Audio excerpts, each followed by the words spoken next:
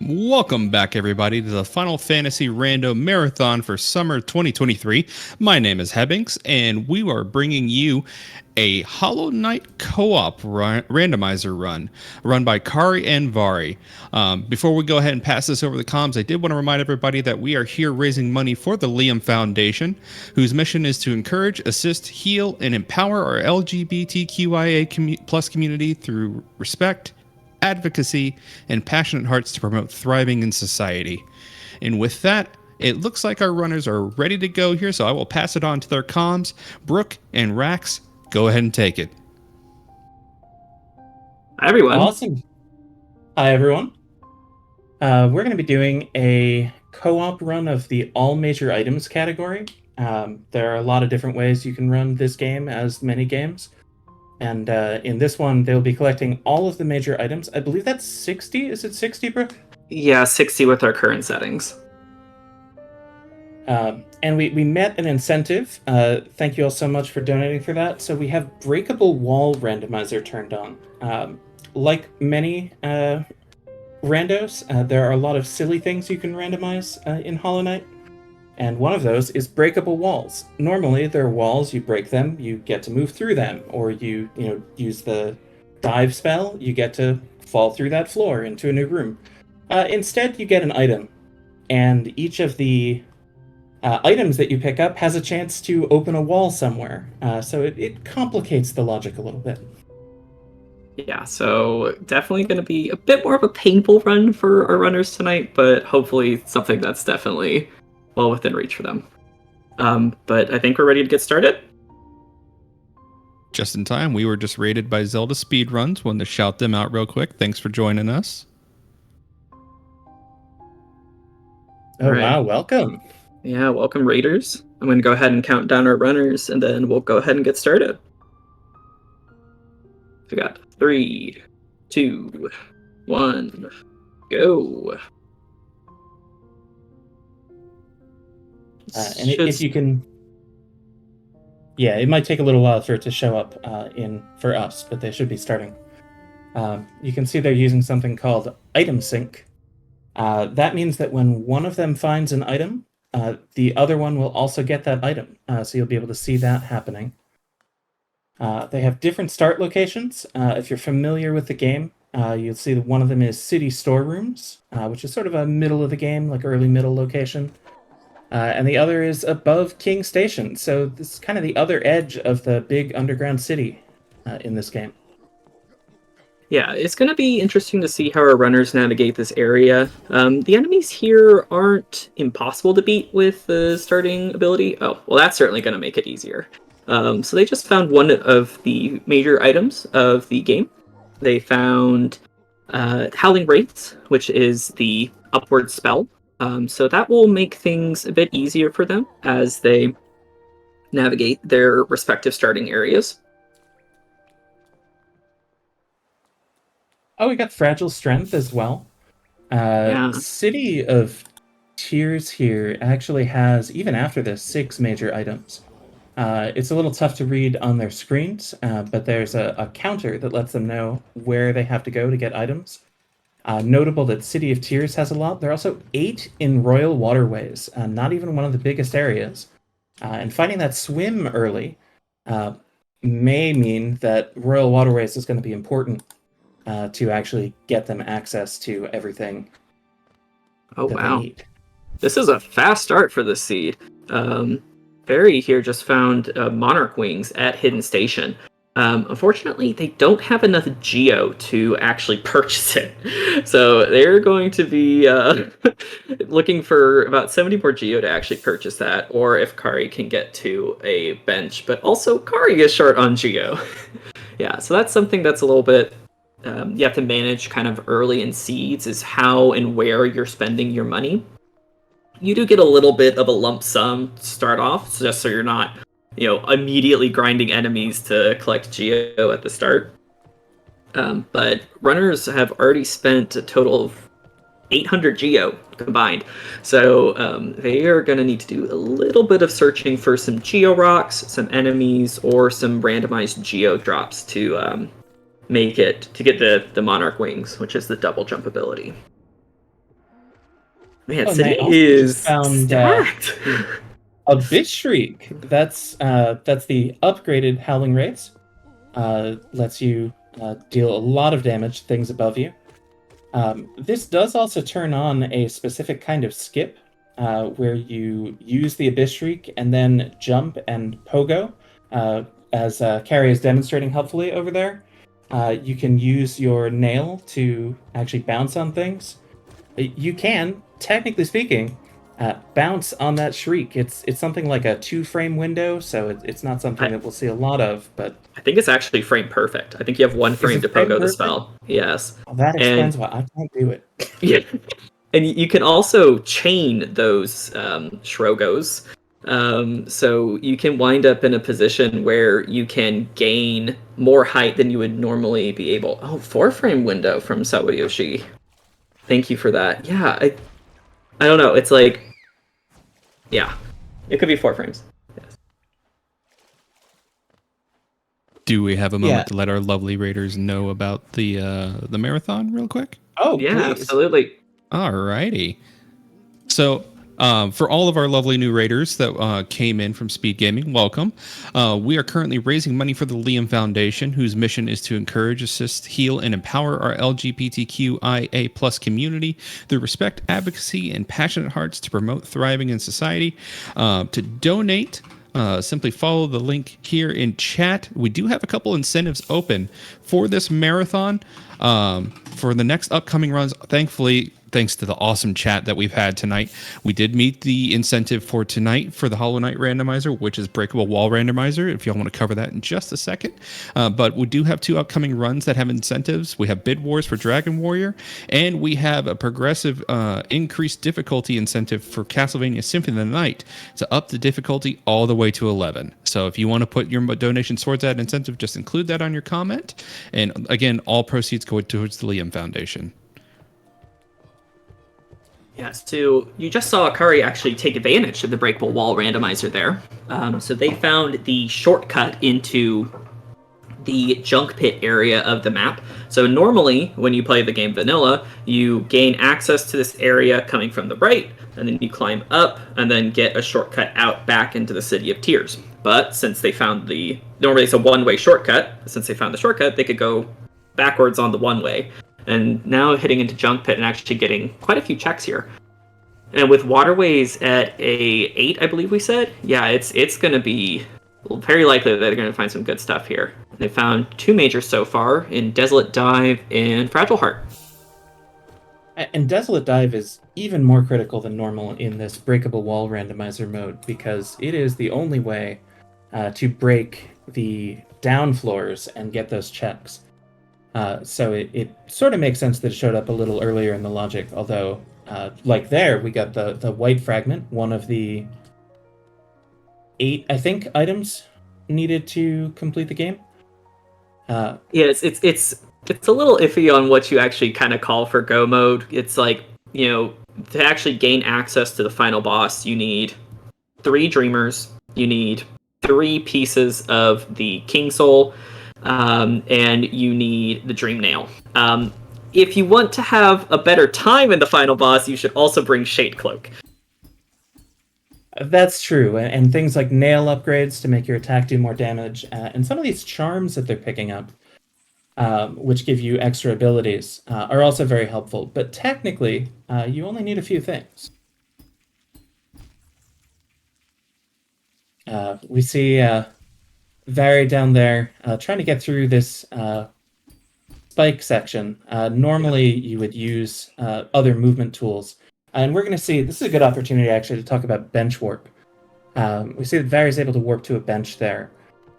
In the vanilla game, you cannot warp to any bench, but you can save and quit out to the last bench that you saved at. The benches heal you and sort of save your position and information.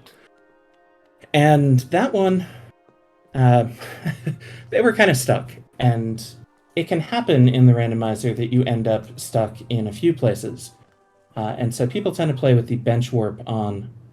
It also makes things a lot faster because you don't have to walk back and forth many times, especially when you have logic that sends you over to one side of the map and then the other and then back. And with Hollow Knight being a Metroidvania, a lot of the map is designed in such a way that it expects you to have some certain movement abilities in different areas of the map. So it's very easy to go for a check and then wind up, effectively soft locking yourself. And you'll have to use the bench warp to go back and visit a different area. Y'all got time for a quick donation? Absolutely. Please. We have a $50 donation from our previous runner, Mashima. It says, so close to 3K. Let's go! And I couldn't agree more. Thank you, Mashima, for the donation. Yeah, awesome. Thank you so much for that run, too. That was a joy to watch, the suffering included. This seems kind of unbrand for Hollow Knight. Oh, yes. Hollow Knight is a very difficult game. It's worth, at least, those of us who play it think it's worth the investment and time to get good at it. But it is, it's very technical, but the randomizer also has a lot of game knowledge. There is a map mod that helps. You'll see the players occasionally opening that map up. It lets them see what checks they have access to in logic.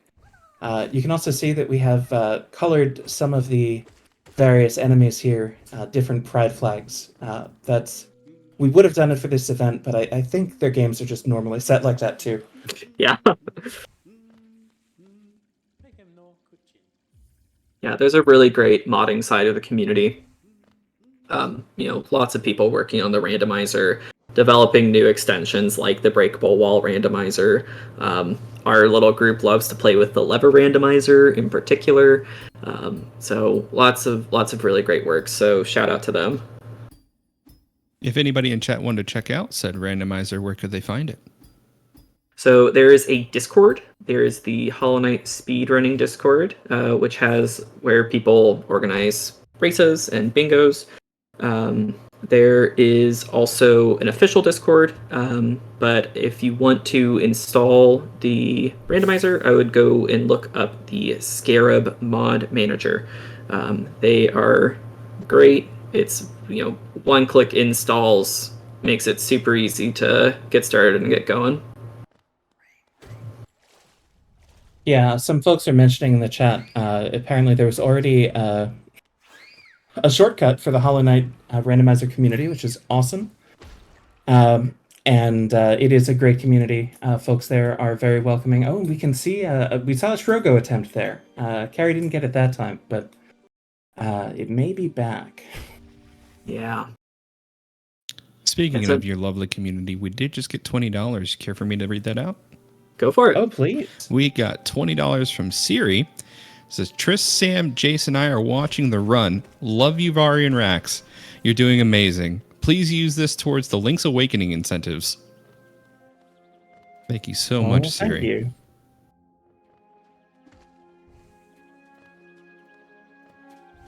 Thank you. Do we have... Oh, we have Elegant Key already. Yes. So this is only a few checks, but usually you don't get access to this until later. But with City having so many things, it makes sense they're going for it. Oh, dear. Oh, no. Oh, no. Yeah, very unfortunately messing up that pogo there to get up over that wall. Normally, you're expected to have Mantis Claw by the time that you reach that area, Kingdom's Edge.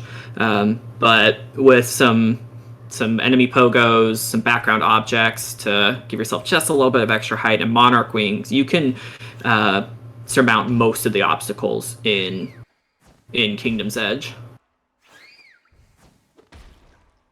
Yeah, I think you can get almost everything aside from breakable wall rando, throwing some wrenches into this area especially. Yeah. This is actually an opportunity to see the shade, the knight, the player character, when they die, leave behind a shade, that sort of a ghostly version of themselves that will actually attack you, because it's that kind of game. But the shade is an in-game object, which means you can pogo it. Barry's not going to bother there because it makes more sense to just do that way. But there may be cases where the runners decide to actually take an intentional death so that they can reach higher than they would have otherwise, by jumping and hitting their shade and getting the opportunity to jump again. Yeah, pogos are very powerful in Hollow Knight because they reset your air movement, so you can double jump again and you can dash again. So being able to use something like your shade, it kind of lets you set up kind of your own mobile little pogo thing that you can use to, like Rack said, get to new heights, get to new areas. Yeah, and there's a pretty common one that's used in speedrunning that lets you gain access to an area that you normally would go kind of a little bit like going back the one way. It's kind of like a shortcut that you need to know is there to make use of it. And we actually saw Carrie use the stag system. The game does have a couple of fast travel options. The stag system, the last stag, will bring you to a variety of stations. And of course, as this is a randomizer, access to those is randomized. Finding the Queen's Gardens, and this is a pretty late game area, stag means that we are over there and can do a number of the checks, although we would need Shade Cloak and Claw, I think, to get everything. Mm-hmm. Got time for a couple more donations? Oh, please. Yeah, go ahead. We're actually getting a few coming in here. We have $4.31 from Barracks. It says Hollow Knight is a pretty good Metroidvania. I know watching Scurry, Fireborn, and Blue may have made me want to start playing the randomizer someday. Goes the host choice. And I'll go ahead and put that towards our next incentive, which is the Castlevania Symphony of the Night. Increase the progressive formations difficulty to 11. And chat, if you'd like to go ahead and join me in on meeting that donation incentive, all the incentives tonight for the marathon are $80. So if you want to get those incentives met, please go ahead and list those in your donation. We'll get them taken care of. We have $20 from Ike here. It says, glad to see the Hollow Knight randomizer get some co-op attention. Donation to Blindfolded Dodo minigame and Super Mario RPG. And our last donation is from Sofnum. $19.31. Great runner, great marathon. Let's put this for increasing the logic difficulty in this in Soten later. Great. Thanks for those donations. Yeah. So during those donations, we got a very great charm. We got the Shaman Stone for only 1 charm notch. So Shaman Stone is one of the best charms in the game. So charms are basically kind of, if you've ever played Paper Mario, they're kind of like the badge system. You can equip them to get additional abilities and effects. And Shaman Stone makes your spells more powerful. Spells are really good in Hollow Knight. There are many reasons why they're quite good, but one that's going to be kind of relevant for the runners today is that as you upgrade your nail to deal additional damage, some bosses in the game will scale their health to match your increased nail damage, but they don't scale as long as you keep your nail at the base damage. So you can have these spells that deal a lot of damage, but with bosses that still have relatively lower amounts of health. So it's going to be very useful for runners, and I'm sure as soon as they get to a bench, they are going to equip it, if they remember. That's the big part. Sometimes I forget to equip charms, even if they're really good, even if they're free, I will forget to equip them. So we'll have to see if they pass that check. Can I interrupt one more time really quick? Oh, please. Yeah, go for it. We just broke $3,000 raised for the Liam Foundation. Thank you so much, chat. Our last donation we got in that put us over the edge was from Lord Fizzleby, $14. Says, let's beat that 2-day total from last year. Put this to naming the DWR file to thou. And thanks so much, chat, for getting us over that threshold. Let's go ahead and beat that 2-day record from Winter. I believe it is 3,000.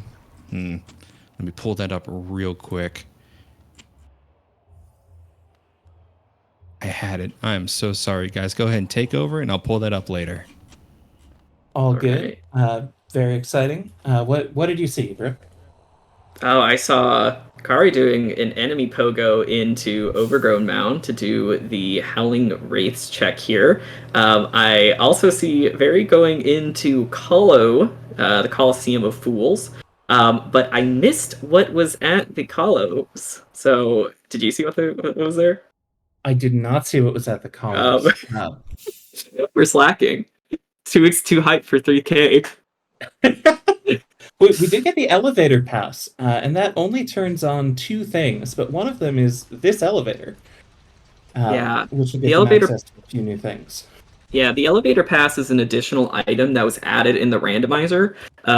One thing that you get in the vanilla game is the tram pass, which lets you use the tram system in Hollow Nest. And elevator pass is a tram pass turned on its side, and it lets you gain access to the large elevators in the City of Tears. So Bari just took advantage of that to gain access to the resting grounds area.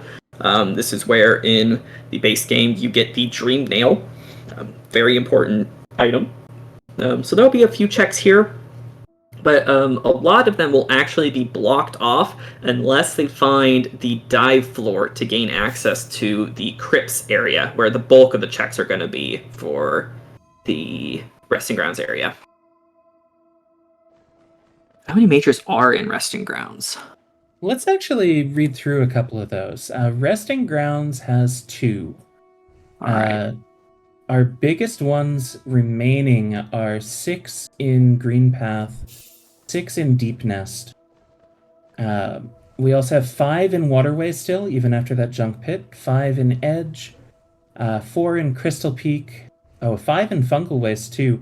And we do, for those of you familiar with this, that was another Shrogo attempt to get up to that. I think that one takes 3. That's Yeah, I think it's 3. It's tough. Yeah, I think sometimes we'll see Kari do it until they run out of soul and then move on. Yeah, it's fun, it's flashy, but not always worth it to go back and collect soul and try again.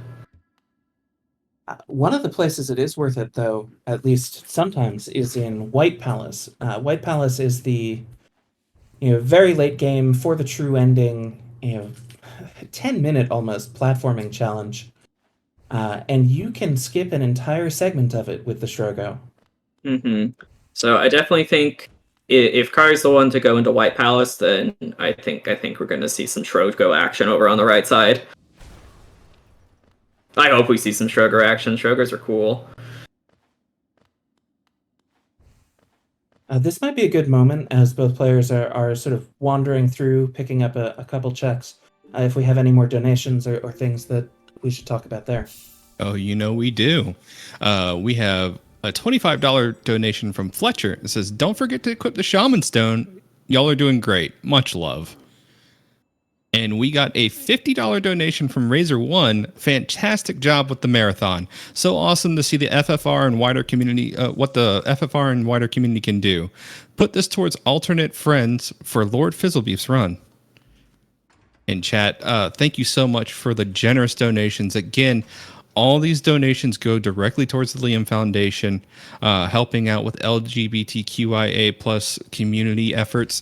Recently, they have started a monthly support group and bi-weekly LGBTQIA plus D&D group, and they're assisting with housing for people whose families have been moved to Rockford to get away from other states with anti-trans legislation. So all this is going towards a great cause. So keep it up, please and thank you. We're so close to reaching that $3,645 goal, which was set last winter. So I think we could break that record, chat.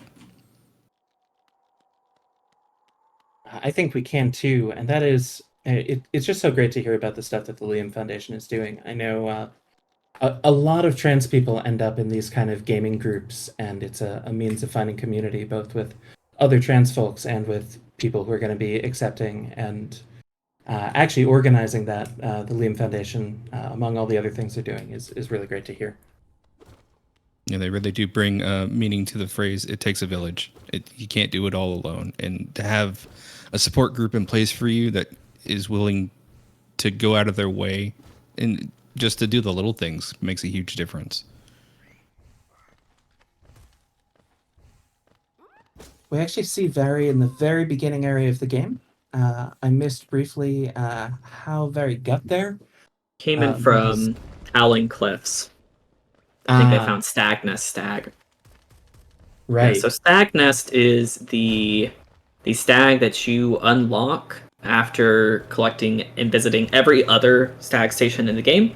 But as is the as randomizers do, they you also can randomize collecting Stag Nest. So you have the option to get Stag Nest as a check, or you can unlock it the vanilla way by collecting every other random stag.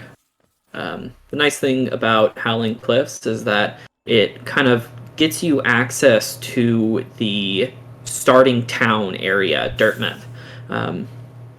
So you'll see Very here getting into there. So there'll be a couple of shops here, and also access to the kind of the first real area of the game, Forgotten Crossroads. Yeah, it's actually worth mentioning some of the things that they don't have. It's very exciting to have wings that double jump so early.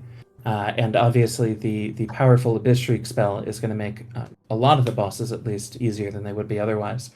But we don't really have any vertical movement. We don't have dash. We don't have the Shade Cloak, the dash with invulnerability. We don't have Crystal Dash, the dash that goes until you hit a wall or an enemy that doesn't die to the Crystal Dash. And we don't have the Mantis Claw, which lets you actually cling to the wall. It gives you sort of an arbitrary number of wall jumps. So there are still a lot of places they can't go. And getting access to Dirtmouth, the starting town, at around 25 minutes is one of the fun things about getting to set a start location that's randomized as well. Yeah, it's actually one of my favorite things about the randomizer. Is it's something that kind of helps keep seeds feeling so fresh.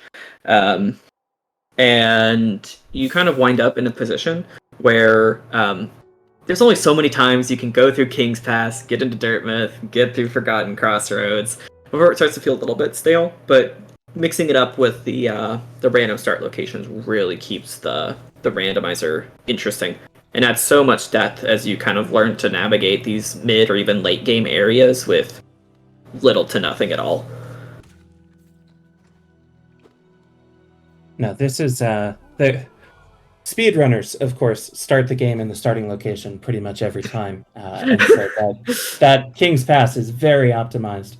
And speedrunners have found so many amazing tricks in this game, and skips and various techniques.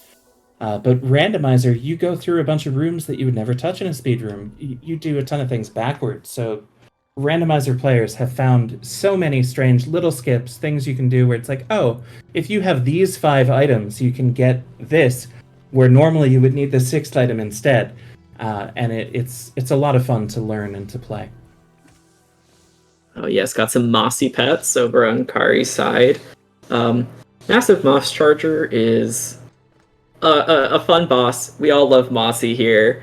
And Mossy loves ramming its face into you while you pet it with your nail a lot. We saw some fireball pets there too. Very keeping your friend warm. Very kind. Do we have any donations?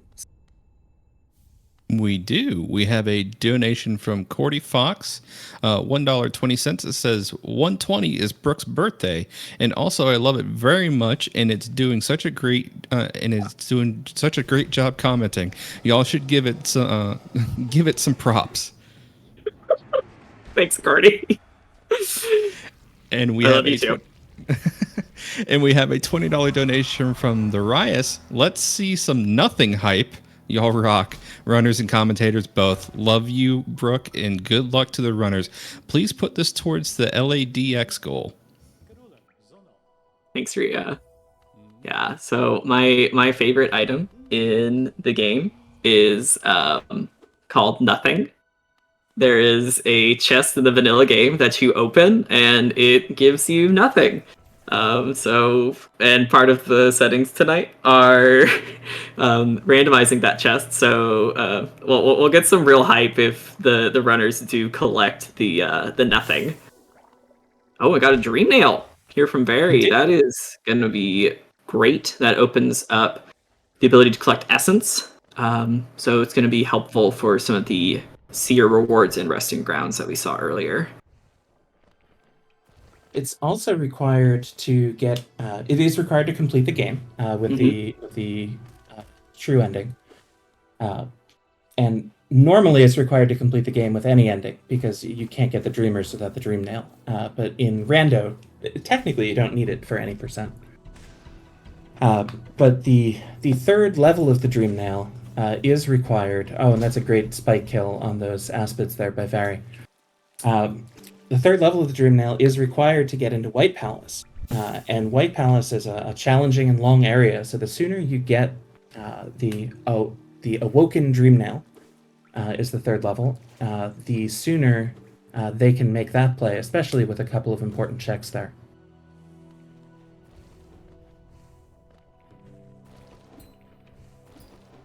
Yeah, so they need the Awoken Dream Nail, but they'll also need the movement to get through the area. So they're going to be looking for the Mantis Claw, of course. The Mantis Claw is kind of like the holy grail of movement in Hollow Knight. It lets you do so much. Sometimes if you get Mantis Claw early, it can actually be a little bit overwhelming, just how much new things you have access to.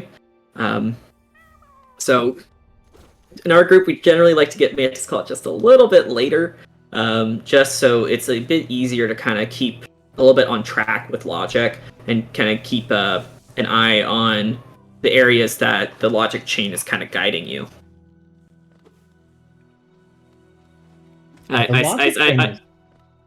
Oh, go ahead. Sorry, I say talking about the logic chain and everything is like red on Vary's map because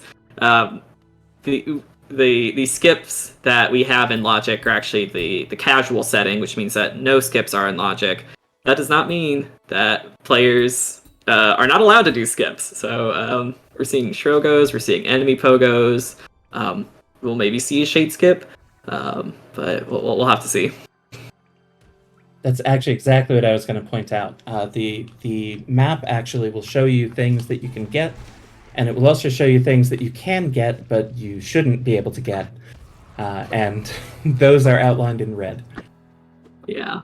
Yeah, and just to give you an idea, like I don't know if you saw how fast Gruzmother died on the right side of the screen there, but when you're in the starting area with some of these spells and Shaman Stone, you just shred things. It's like you just get through things so quickly. So you kind of get a little bit of both sides, where you start in a more difficult area that you have to kind of struggle through, but then you get to the starting area and you are overpowered. We did see, I love the names of some of these walls. Very sort of hovered for a second in the store there over Waste's useless bouncy grub door, and it is in fact useless. There's no reason it doesn't give you access to anything extra. But it's just charming how that. Oh, we got a lore check. We got a lore check. We've been keeping track. Normally, when we play as a group, we randomize lore tablets, but just to kind of keep things a bit more marathon safe, we tone down our normal settings. Okay, Kari's just showing off. You don't need to do that there. You absolutely do not need to do that, Shrogo, to get up there, but it maybe saved a tenth of a second? I don't know. No, without Claw, it probably saves a good, 5? I don't know. I mean, you just have to go to the right of the room and kind of do a loop around up. But I feel like the time it takes to do the Shrogo takes a little bit away from that. Yeah, it was very sick. First try. Yeah, if you get it first try, it saves time. So, Shrogo hype. We see Vary just finished the boss Gorb. That's one of the Dream Warriors. I think they were actually not Patreon, but Kickstarter rewards when this game was initially funded as a small indie game that no one expected to actually become something people had heard of. That's obviously not the case now, which is wonderful. This game's amazing. But those are bosses that are optional, but you do have to do some of them because they provide you with essence. And essence lets you, in the vanilla game, upgrade the Dream Nail and get access to a few other items. And in this game, in the randomizer, essence is actually kind of a store. Yeah, it's basically where the currency that you bring with you is the essence. So as you collect more essence, either through randomized checks or by doing the Dream Warriors if you have the essence randomization turned off, then you get access to more randomized checks.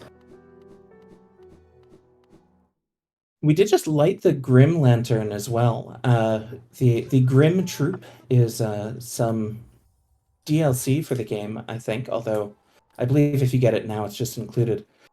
And it offers a couple of new boss fights, some new things to pick up around the map, and another shop. There's Divine there. We'll get to see a check here. Is really excited about these charms you have and would like to upgrade them for you for money. And in the vanilla game, that amount of money is truly preposterous. It's been reduced a bit here. We have the Hollow Nest's Crown dive floor. I forget if that's actually useful or not. I think Vari is probably also trying to figure that out. It will give them access to a soul totem. There's a soul totem in there. And there's also, I think, a one-way exit with the breakable walls. Yeah, so that's probably worth doing. But as we saw earlier when they couldn't buy the wings just yet, they still have not really just completely broken the economy here. Can't buy everything at the shops, could run into issues, and there is one item that costs 3,000 geo. Likely, that won't be required, but sometimes it is. I think Oh, go ahead. I think they've actually already been there, and I think it's a grub. So, technically useful. I doubt we're going to see them purchase it this season. No, I doubt that as well. We did just get Fungal Bouncy Grubgate, though. Fungal Bouncy Grubgate is vital. It is so fun to say. It's very fun to say. Yes, everyone at home, can we get a big Fungal Bouncy Grubgate? Yeah, so one thing that's nice about the lever randomizer mod is even if you don't randomize the levers, you can turn on a setting that allows you to share the checks with them. So as runners will go through different areas, they will basically open the levers for the other player if they do wind up going through this. This is most useful during White Palace, as basically you do the intro area to White Palace, and then there are two sides that you'll have to complete individually. So if you wind up in a position where the only thing that you have left is in White Palace, then you and your partner could go to White Palace, and then one of you do the left side, and one of you do the right side. And then you'll be able to open the levers and then meet back in the middle to kind of finish up the top part. Yeah, and a lot of times that kind of sharing or sharing of things like Geo-Rocks isn't turned on for competitive races, but for something like this that's cooperative and really a showcase of the game, it offers some quality of life and also the opportunity to call out Fungal Bouncy Grubgate. Yeah, it's really cool seeing how players can like strategize and think about the game in these different ways. That's actually one thing that I really like about the All Majors category is being able to plan out your route just based on the density of major items in each area. From the beginning, you'll know which areas you'll absolutely have to go through, but you'll be able to prioritize, say, deciding between fungal wastes and green path based on how many majors are in that area. It's actually worth calling out because I know a lot of folks here are here from the Final Fantasy I randomizer community. The Zelda community had a raid recently, and a lot of games actually do this. where the checks that you get are not always randomized from a single pool. For example, in Final Fantasy Randomizer, they're incentivized checks, and you get those. In Link to the Past, most things are in one pool, but you wouldn't, except in a couple of special rule sets, do something like find a pendant just in a box somewhere. The default modes of Hollow Knight and the ones that most people play most of the time, it's one pool of items. Everything can be anywhere. This is both really freeing and occasionally very scary because it does mean that the thing that you're missing could be literally anywhere. Yeah, it's there is the option to turn on subgroups, so items will be randomized within a certain pool, but it's fun. Hollow Knight's a very check dense game, so you're going to be getting a lot of checks per minute. Is relative to something like a Zelda game where you'll be going through an entire puzzle dungeon for maybe like 3 or 4 checks. In Hollow Knight, there's things almost in every room, and depending on your settings, there can be things in every room. And we did just see Carrie take down the Mantis Lords. This is a fan favorite boss. I know that a lot of people, myself included, find it really fun to learn the first time. Like, getting mastery of that boss is just incredibly rewarding. Right, definitely a standout boss fight amongst a lot of boss fights that stand out. I feel like the boss design in Hollow Knight is fantastic, but Mantis Lords especially, just the building of difficulty across the 2 phases is just so great. We have time for a quick donation. Yeah, I was just about to ask. Like I'm reading your mind. We have $20 from some egrets. So it's just kind of flapping by, but this can go to Brooks' Choice Incentive. Oh man, I'll have to take a look at the incentives. Thank you. Yeah, and chat, if you want to check out those incentives too, feel free to check out the marathon schedule. And if you're on a PC browser, you can hover over each game and you can see what incentives have been met, which ones still need to go, and maybe even check out a bid war for your favorite game. Maybe snipe some bids like the one we have coming up for Dragon Warrior, where you can choose the hero sprite or name the hero. Just saying. So Vari just jumped into a Dream boss fight. As distinct from the Dream Warriors, the Dream bosses are upgraded versions of bosses that are already part of the base game. And Lostkin here is a pretty difficult fight. Vari is taking it very early, only 1 extra mask, 1 extra vessel. But the spells in the Shaman Stone mean that as long as Vari doesn't take many hits here, it really shouldn't be too bad. That is Descending Dark, the upgraded dive spell. Oh, we have upgraded all spells, actually. I missed the upgraded fireball. But this is still, Vari's making it look pretty easy here. And it's not. I promise. When we're going to see a death warp here? Looks like we are. Yeah, so you'll see Vari actually take an intentional death here. It skips a little bit of a cutscene at the end, because with these dream bosses, sometimes they have a little dying cutscene where they're dead, but they still gotta do a little bit more before you actually get teleported out of the dream. So if you find a way to die by using the infected balloons, for example, in Lostkin, you'll be able to warp out, save a couple of seconds. By no means a required trick, but nice to see. I think we're seeing a shade skip on Carrie's side, too. Ooh. Which is all the more interesting because I'm pretty sure it could have shortcut that. Yeah, is that going into Deep Nest? Yeah. Yeah.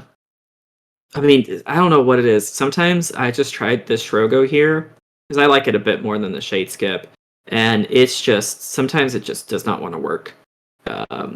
My fingers are off, my timing's off, and sometimes I will just, try the enemy pogo. There's an enemy pogo option as well. But gonna see a nice little shade skip here. And the shade does have a limited range of influence, So you could actually kind of see it teleport away right at the end. So Kari will have to come back if it wants. Well, there's a couple of effects of dying. One, your shade holds all of your money, kind of like a Dark Souls, where you have to go back to where you died to recollect your souls. But I think more relevantly, you also have a smaller soul vessel. So you use soul for a couple of things in Hollow Knight. You use it to cast spells, and you also use it to heal. So when you're normally, you can hold like 3 charges. So 3 spells or 3 heals or any combination. If you do not have your shade, then you can only hold 2 of each. So Kari got access to this new area, but it probably want to come back at some point to collect its shade from where it did the shade skip. Yeah, and this new area, Deep Nest, is where the most major items are now. It has 6. Nothing else has more than 5. So it makes sense that they would go a little out of logic to get there, to try to make sure they can pick up as many majors as quickly as possible. Some of that, of course, is just to complete the run quickly. But they're major items almost always because they are helpful. Yes, the major items are, progression items, whether it's movement, spells, dreamers as well. Nail upgrades are also major items. Yeah, so hopefully I'm going to find some good stuff. I don't think they have found the Lumafly lantern yet. The lantern is what turns dark rooms into light rooms. So there are some rooms on the map which are doused completely, well, not completely, mostly in darkness. And the intention is that you need the Lumafly lantern to progress through these rooms. The middle part of Deep Nest here is going to be in the dark, but there's nothing actually stopping you from going through the rooms in the dark. So Kari and Vari here are a little bit they have a penchant for dark rooms, I will say. I don't have that penchant, but we might see them. We might see Kari here try and navigate through some dark rooms. So that's going to be, well, I was going to say exciting to see, but we're not going to see very much because the rooms will be dark. There is one thing that makes the dark rooms harder mechanically, other than the darkness, which is that if you take a hit, or at least you take a hit from spikes, you end up at the very beginning of the room where you entered it. Yes. Normally, when you're in lit up rooms, the game will kind of keep track of which part of the room you're in, and will respawn you in a somewhat accordingly appropriate place if you take hazard damage, say from spikes, acid, something like that. But like Rax said, in dark rooms, that hazard respawn doesn't get set. It only stays from where you enter the room.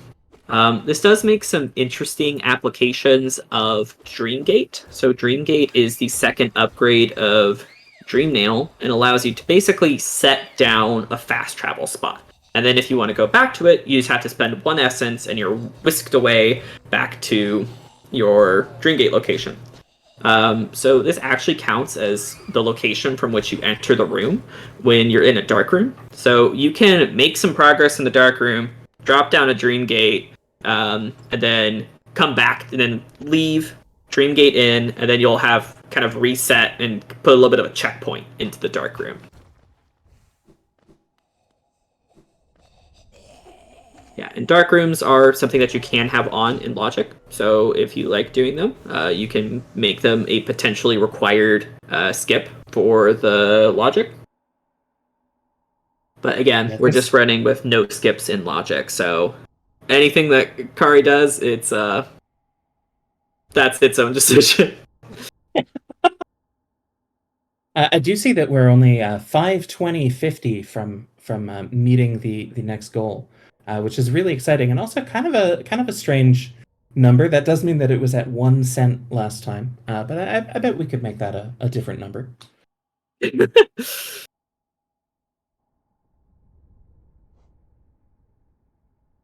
Definitely. And if anybody wants to donate towards breaking that goal, also feel free to include your incentive in your donation comment. We do, again, have a couple of great incentives coming down the line, and I would love to see them met, such as maybe increasing the difficulty of the Symphony of the Night randomizer tonight, or changing the sprite for Dragon Warrior, or the blindfolded dodo minigame for Super Mario RPG. While we're talking blindfolded dodo minigame, could I put that $20 towards that, please? Of course, thank you very much.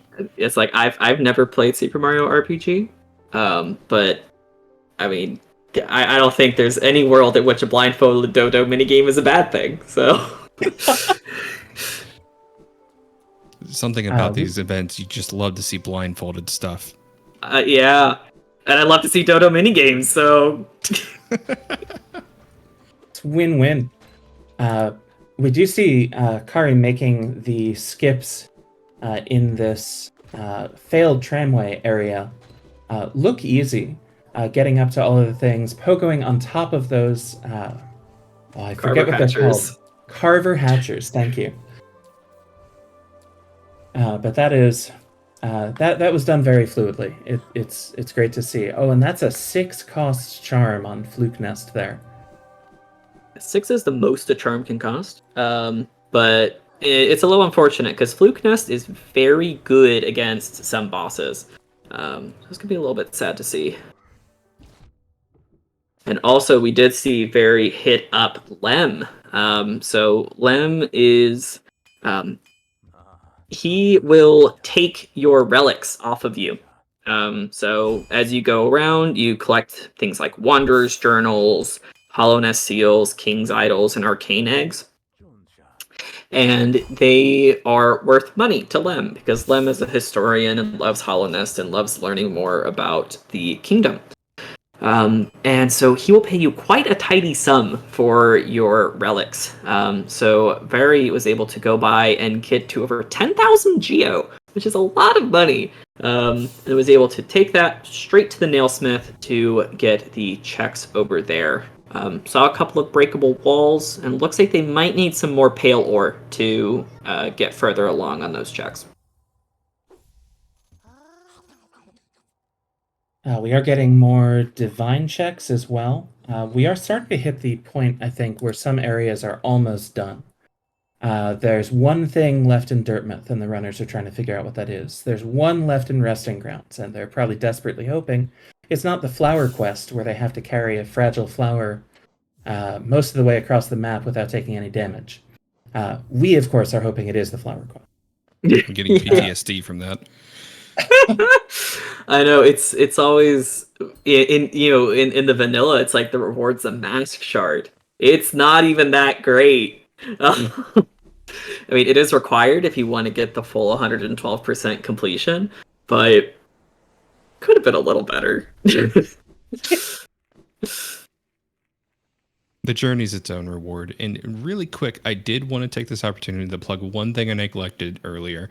Chat, please. You have roughly about an hour and 15 minutes left. We are having prize blocks for each block of the event, and our prize block until midnight East Coast time, so an hour and 15 minutes away, a minimum $5 donation you put in, you are entered to win a D&D Silver Dragon vinyl figure.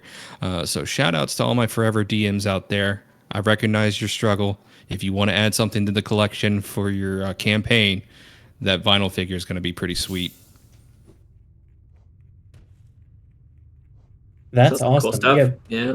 There's a lot of great stuff in there, but that is that dragon looked nice.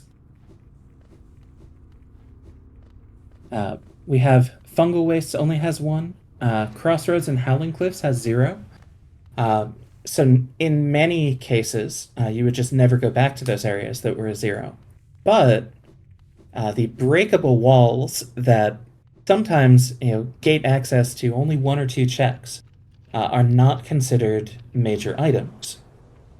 Because if they were, there'd be a ton of them, and for the most part, they're not going to matter. But if one of them is critical, then we could be going back to those 0 areas and really just trying to get at everything.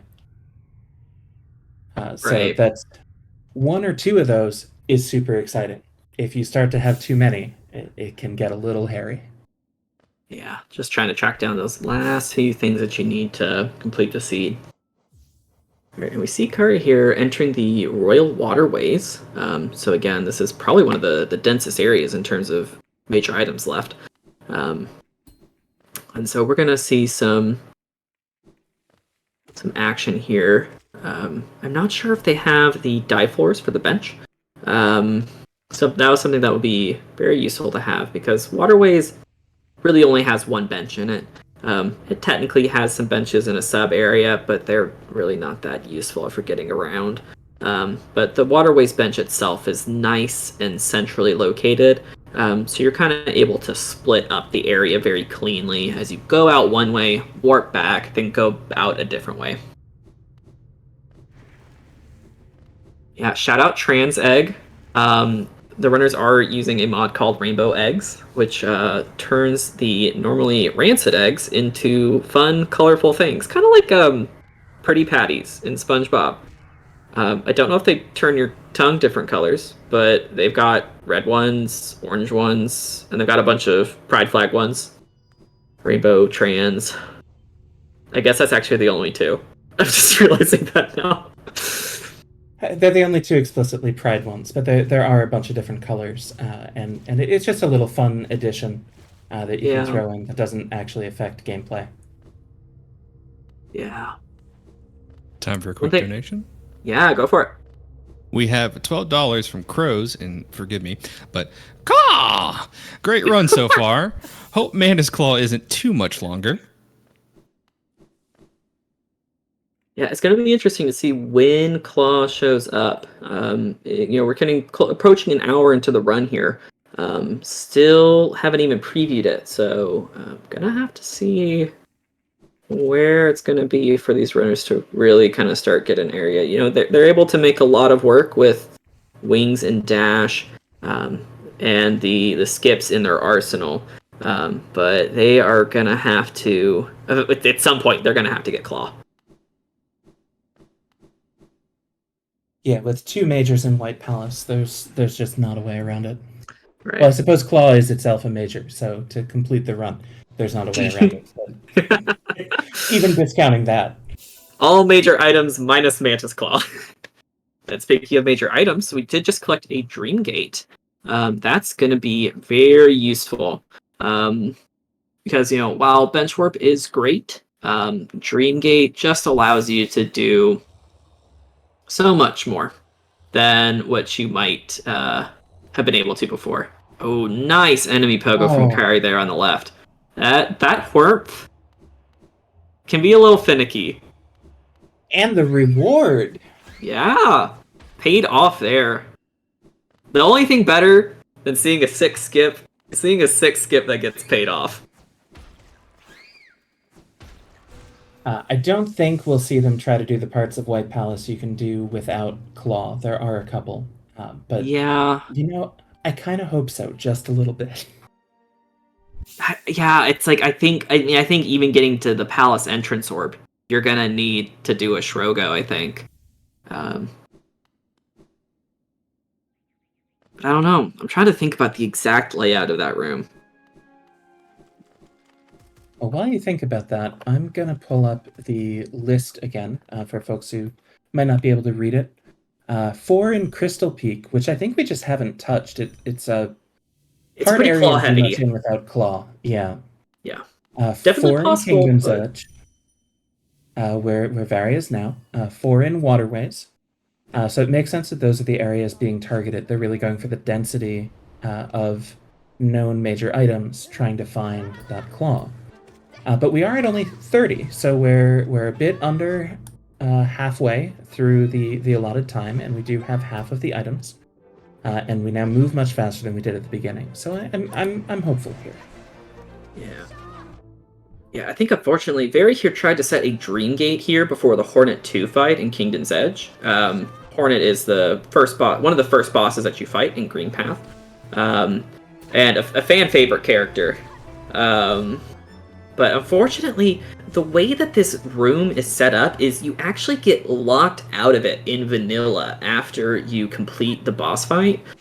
So you can't put a Dream Gate in here because the game really doesn't want you trying to Dream Gate back into here after you're done.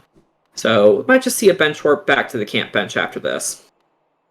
But I think it may have just been a safety Dream Gate. Just in case something went wrong with Hornet 2, since she is more on the late game side of bosses. Yeah, it's always nice to set those just in case. Yeah, just in case. I do see folks in chat mentioning it would be great if Hornet had her own game someday. We do expect that to come to fruition someday, but in the meantime, we have played so much Hollow Knight that we do things like randomize the locations of grass. Yes. Gotta put that big soon TM stamp on that one. Soon TM.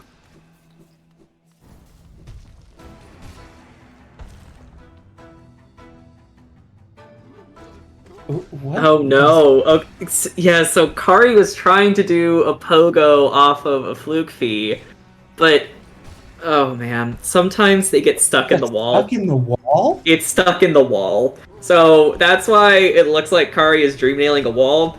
Because it is! Oh, it came out! Let's go! Congratulations on coming out, Fluke Fee. We are now going to pogo off of you. Yeah, happy Pride Month. False Knight is not a late game fight. There is a late game version of False Knight who actually is much harder. But False Knight is one of the two sort of semi-tutorial bosses along with Gruzmother. As tutorial bosses in games go, False Knight is pretty hard, but as bosses in Hollow Knight go, False Knight is not hard at all. We have Dung Defender on the left. Does Kari think that they don't have dive? Normally you can use the Desolate Dive to knock Dung Defender out of the ground. You know, maybe Kari just thinks they're out of energy for the Gravity Hold, which is the weakness for Stone Man, whose movement patterns are remarkably similar to this boss.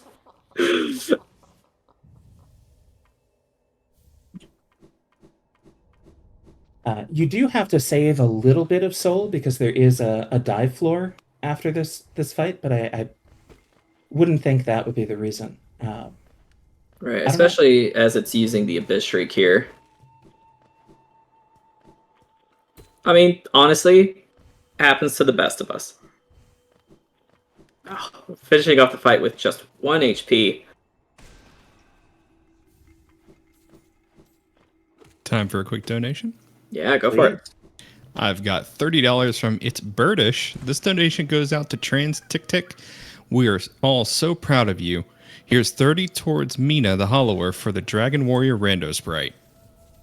Thank you very much, Birdish. And if anybody wants to maybe boost up that sprite choice or maybe pick something else completely different, feel free to donate and list that as your incentive comment. We will go ahead and put that towards that. As a quick reminder, Dragon Warrior is our next run. So at the end of Hollow Knight, I believe we have about 15 minutes for setup, and then we're going to close that incentive or close that bid war for the hero sprite. So if you want to get that in and maybe solidify the choice or change it, now's your time. And while I was saying that, we got a $25 donation from Anonymous. Says, great job with the marathon. Keep it up. Put this towards DWR name Liam.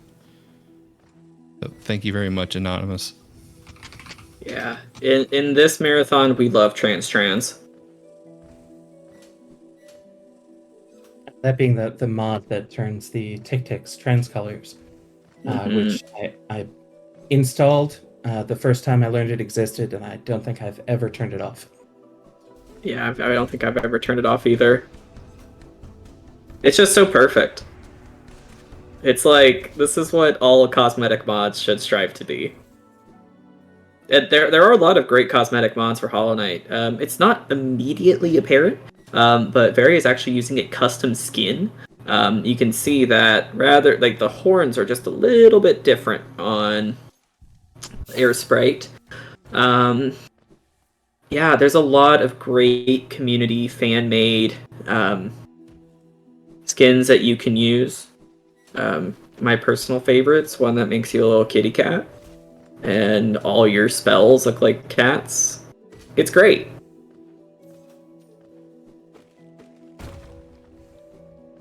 We have Queen's Gardens here on Vary's side. I don't think there's too many major items here.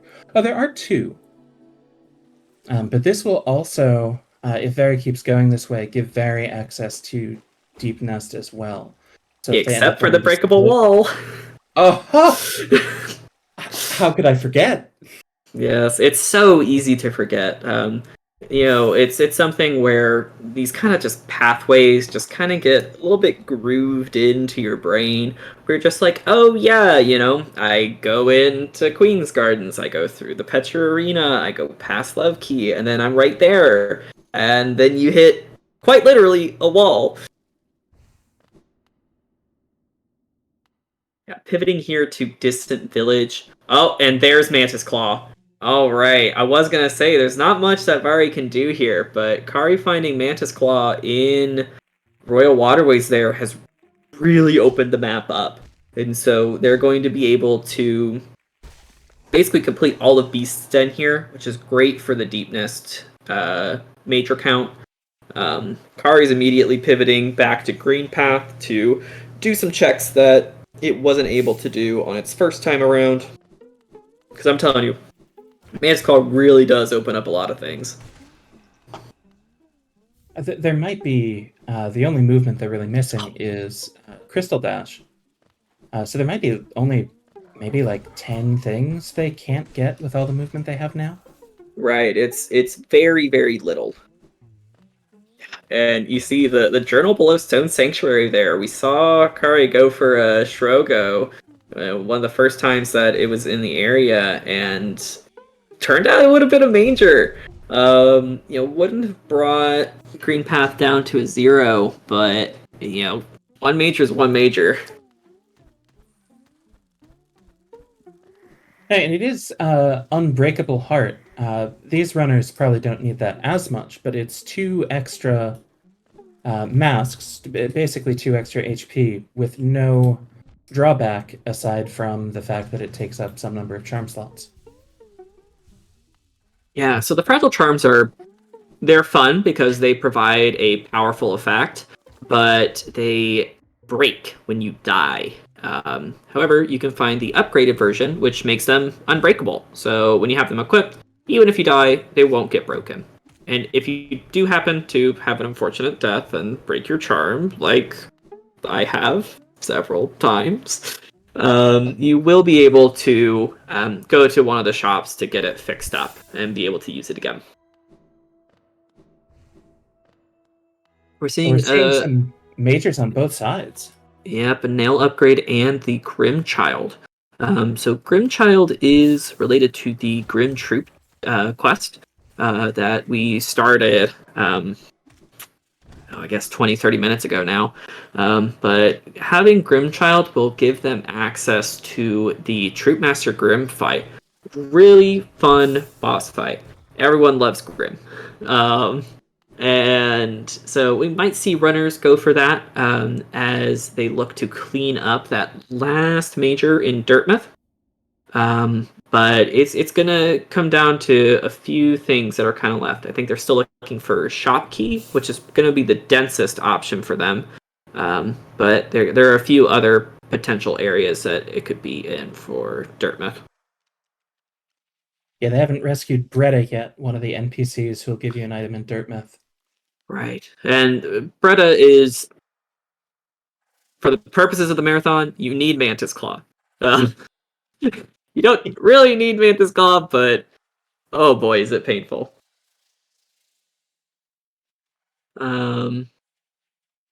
But yeah, so Bretta is an NPC that you rescue in the Fungal Wastes area.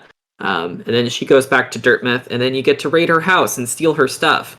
Only one thing, but it could be the last major that the players are looking for here.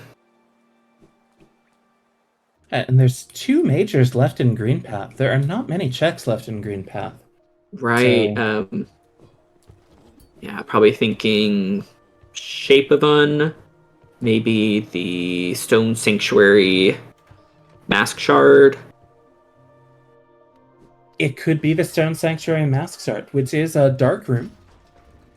Yeah. But it is a dark room that they could do. Yeah, one of the simpler dark rooms, most notably. It has audio cues, which makes it my favorite. Yeah, it's there's some spikes in the area, and you're able to use your nail to swing around and see where you are in relation to the spikes.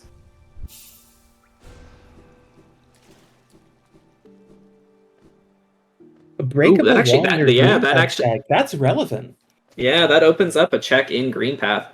Normally, you're able to just break the wall and get the Hollowness seal behind it, but as is the case in Breakable Wall Randomizer, you will need to find that wall to get access to the check.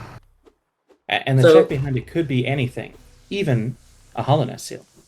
Even a Hollowness seal. Oh, Tuck always with the major. So Tuck is a friendly NPC who, in the vanilla game, will sell you food. The food is rancid eggs. But if you go to her while you have the Defender's Crest equipped, she will recognize your companionship with Dung Defender. That's the word that I used, and that's the word I'm going to stick with. And will reward you with a rancid egg on the house.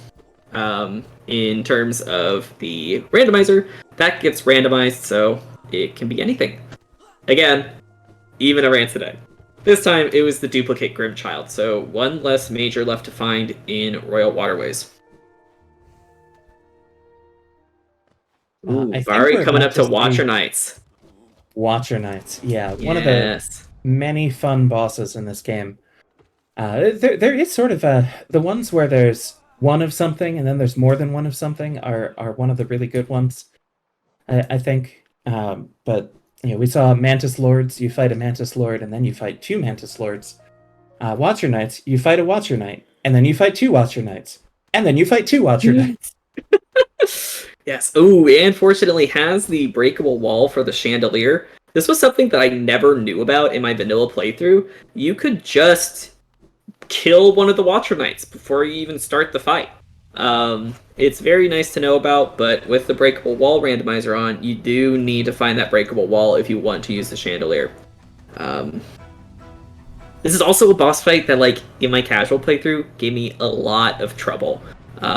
Fortunately, these players are kitted out, and they have Descending Dark, which, as we say in the Hollow Knight community, you can stop dying to video game bosses. Just use Descending Dark. Yeah, it is so satisfying to get to do Watcher Knights with tools like these. For both casual playthroughs, must have taken me 30 times. And also for speedrunners who often have to do this with a very limited number of items because they're trying to complete the game as quickly as possible. But one of the items you need to complete the game is up here past them. This fight can be tremendously difficult, but Vari just got to put on a clinic on why the powerful spells in this game are very good. Do you have any donations? No new donations at this time, but I will go ahead and take a moment to just remind anybody or maybe tell someone who's just joining us what we're donating towards. All proceeds for this marathon are going towards the Liam Foundation. Their mission is to encourage, assist, heal, and empower our LGBTQIA+ community through respect, advocacy, and passionate hearts to promote thriving in society. Their most recent work includes monthly support groups and bi-weekly LGBTQIA plus D&D, and also housing efforts to assist people and families who have moved to Rockford from out of state due to anti-trans legislation. So all your money will go towards a great cause. Again, we have about an hour left on this block for our prize, which is a Silver Dragon D&D vinyl figure. Very cute. I didn't actually take a look at it until after I read that last one. Very chibi-esque, but ferocious all the same. So if any Forever DMs want a chance at getting that, all it is $5, and every dollar counts towards us potentially breaking our record for last FFR Winter Marathon of $3,645. So keep it up, chat. I know you can do it. Yeah, thanks to everyone who's donated so far. So we see Kari here revisiting the Soul Sanctum. So this is an area that it has already been through, but as is many cases, the Mantis Claw gives them new access to parts that they couldn't get to before. So here you're going to see it kind of just make a straight beeline past the boss to what people call the Soul Sanctum rewards. Now, there are going to be some die floors in here that I don't know if they've collected yet, but they'll at least be able to, check the die floors themselves and also check there's a soul totem and a geo chest. And I think actually another die floor up here on the upper right too. Yeah, that Pale Ore does open up another check in City. Yes, and that's one that's been previewed, so they at least know what that is, but even more relevantly, it'll actually unlock the preview for the final nail upgrade check, the pure nail check. And that will tell them if they do need to go and find 3 more Pale Ore to get the final nailsmith check, or if it's something that they can just ignore. Okay, looks like Vari's coming into another Dream Warrior here. This is Markoth. Markoth is gonna die really fast to Abyss Shriek. I didn't even get to say that Markoth was going to die really fast to Abyss Shriek before he died really fast to Abyss Shriek. So the essence for here is not randomized, but the runners know how much essence that they'll need from the various Dream Warriors around to get access to whatever major items are at Seer. So that was probably Vari just saying, you know what, Markoth dies really fast to Abyss Shriek. I'm gonna go kill Markoth and just get the things needed from here. Yes, and there is Crystal Heart. Collector's map, not a major, although it looks like one. Yeah, grub and some money. Var was only able to get that because I missed which of our runners found it, but one of them found the Shade Cloak. That is the dash with iframes. One of every 3 dashes, sometimes 4 if you're using Dash Master and you're pounding the button as fast as you can, will have iframes, and that lets you go through things called shade gates that otherwise you cannot pass through. Markoth is behind a shade gate. Markoth is set up as an incredibly difficult boss. Late game requires extra movement that you don't even need unless you are doing the true ending. And if you have taken all the nail upgrades, Markoth is incredibly difficult. But if you haven't taken any nail upgrades and you have Abyss Shriek, well, you saw what happened there. Yeah, let's give it up for World Sense. Woo! Yeah, there's a group of items that the screen dims, the icon appears. It looks like, oh my gosh, this is such a major thing. It's going to be so important. And it's like, it tells you how much percentage of the game you've completed or where all the grubs are that you haven't collected. In an older version of the randomizer, it actually had a little bit of, rather than saying what the item did, it said, lol, you thought this was something good. So that's always something that I keep in mind whenever I collect one of those, because, lol, I did think that was something good. Always love it when the randomizer devs like make little tweaks like that just to mess with the players. Oh yeah, yeah. It's actually something that I miss from the previous the randomizer. The randomizer 4. So many great improvements. I do wish there was at least a toggle for that. But you do at least get with breakable walls on each breakable wall. They don't all have a unique one, but there's a number of options they can have for how they're described in stores. Oh, we're getting the shade skip here on collector. This is normally you'd have to watch the collector do that whole animation, but instead you're here. Because you break the logic of that animation, you have those sort of shaky lines for a little bit extra. But that takes away like half of the boss's health. You also saw Vari take nail upgrades really quickly immediately after starting the fight, so that the boss's health would be set as if there were no nail upgrades. You only get to do that once. And using it on Collector is telling about how Vari and many people feel about the Collector fight. Yeah. There's a few bosses that you can do those scream skips with.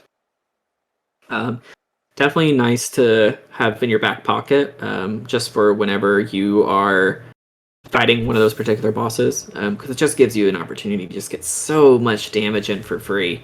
Because the game expects you to kind of be in a little bit of like a cutscene where it's like, oh, I'm stuck, I can't move, I can't do anything, but you can just unload on bosses with spells.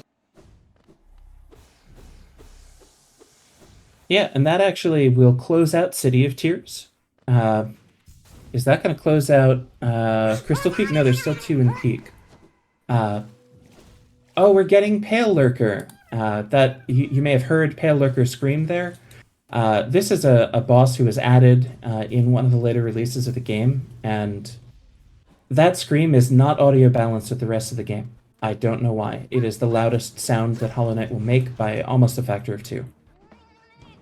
Yeah, and it's not even a particularly fun boss fight.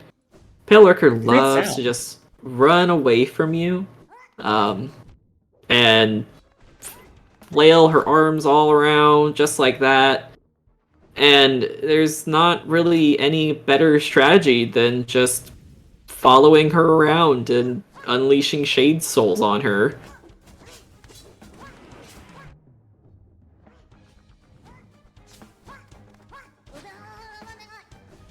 Yeah, I think people would like Pale Lurker more if the arena were a little smaller.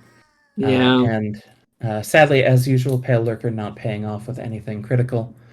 There are still, in Kingdom's Edge, 2 checks, and there's not that many things they could be. It's looking like Hive or other tram-locked things.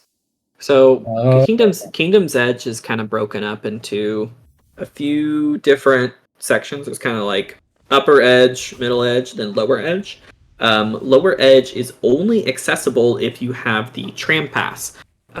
They're actually, but with breakable wall randomizer, they could find the one-way shortcut wall. So there could be another way to do it.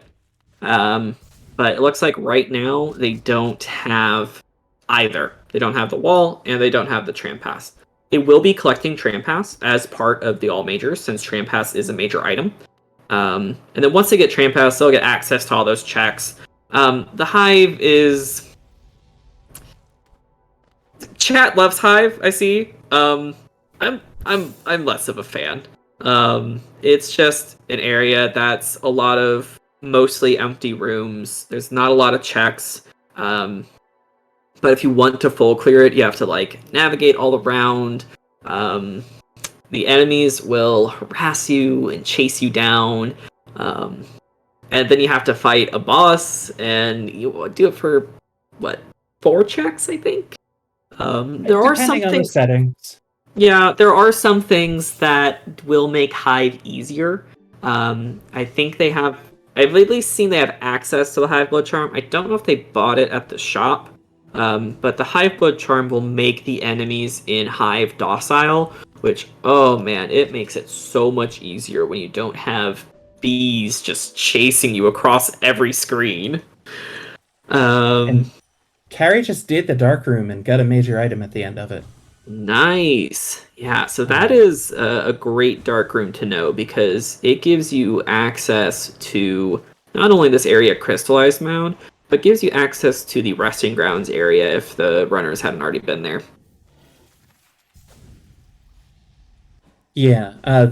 See, the question is Hive the ice cave of Hollow Knight? I think that's kind of a fair way to think about it. It's much later in the game, but it is the, oh, I guess I have to go there. There might be something there. I didn't know you could dive like that. There's a platform there if you do that dive. Very nice. I love playing Hollow Knight Randomizer. I also just love watching people play Hollow Knight Randomizer because I feel like every time I do it, I find out some background object pogo, some dive that I can do, some crystal dash that I can do. I'm just like, oh, cool! I'm gonna try that next time. It's really great because it's like, I mean, I think I have like 700 hours in this game, and I'm still learning new things about it. I love it. It's so great. Oh, and one last thing I was going to say on the Hive. Because they have the breakable walls on, I know that they got the Hive Knight shortcut.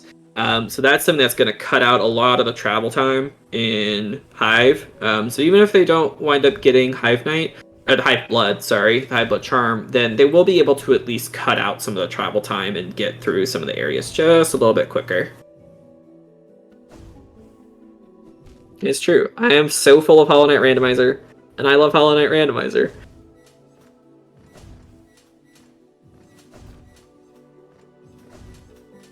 We are we getting Trader Lord on Varys' We might be getting Trader Lord.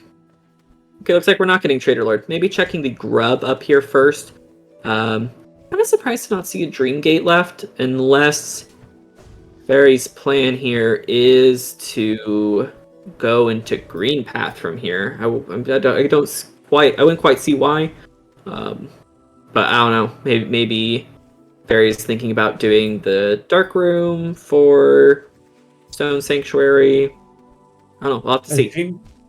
Dreamgate could be set somewhere that Varys decided is more important too. Yeah, that too. Yeah. Talking about Dreamgates here because this is kind of a bit of a long platforming / C-dash section that has one check at the end of it.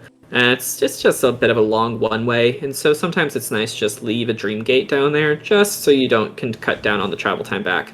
And it's a vanilla check. Yeah, looking just like you're going to get a grub out of that one. This is kind of the downside of sometimes randomizing grubs is you wind up in a position where they've likely gotten everything that matters from the grub rewards at Grubfather. And so now they're kind of in a position where they just have, I guess they just got their 23rd grub? So that means that they are halfway done with grubs, but there's still 23 grubs that are just kind of lying around the map waiting to be a little bit useless. You do get a little bit of cash with each grub, but I mean, looking at the players, even Kari, who I still don't know if they've gone back for their shade from that shade skip half an hour ago. I mean, Vari's got 11,000 Geo, which is more than probably the rest of anything you can buy with Geo combined in the game. So we'll see what players wind up doing.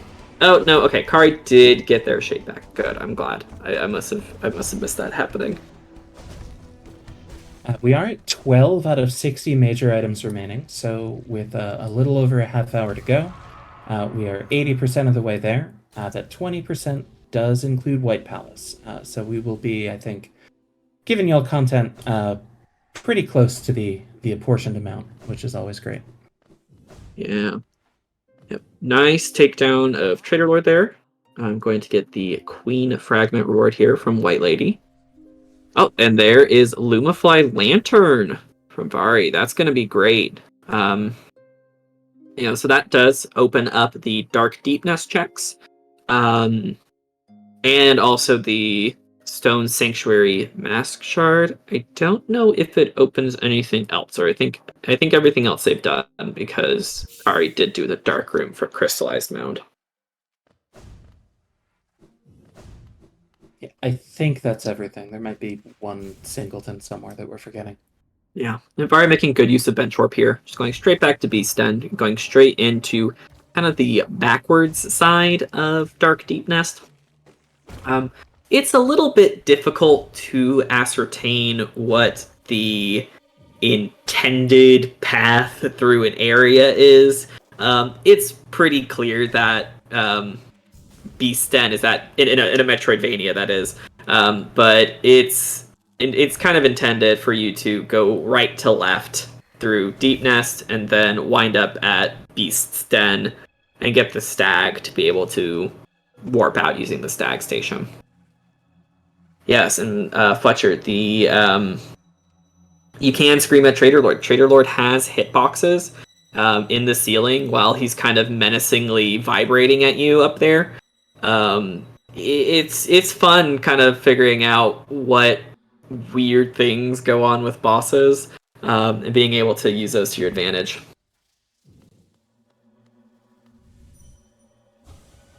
Do you have any donations? No new donations as of this moment. And you all said we were about half hour left, roughly? I think that's our estimate. We're making good progress. The breakable walls are fickle beasts, so we'll have to see if something that they're looking for is stuck behind it. But they're making good time so far. Well, you heard it, chat. You might have less time than you think. So if any of you want to get in any donations during this run, maybe get some last minute donations in towards any incentives or prizes, time's ticking away. Yeah, how close are we on that blindfolded Dodo minigame? We are, I believe we're halfway there. We are at $40 of 80 last I checked. Let me refresh the page real quick. Yeah, 40 of 80. So if anybody wants to, maybe a couple people want to put in $5 each towards that, we could get that done in just, 4 donations. Wow. Blindfolded Dodo minigame. It's just fun to say. Possible. It's so fun to say. Tram pass at the No Eyes Mask Shard. That's going to be very helpful for our runners here as they're looking to wrap up the checks in Kingdom's Edge. That will be Hive access. Yep. It'll also be... have they gotten Waterways to 0?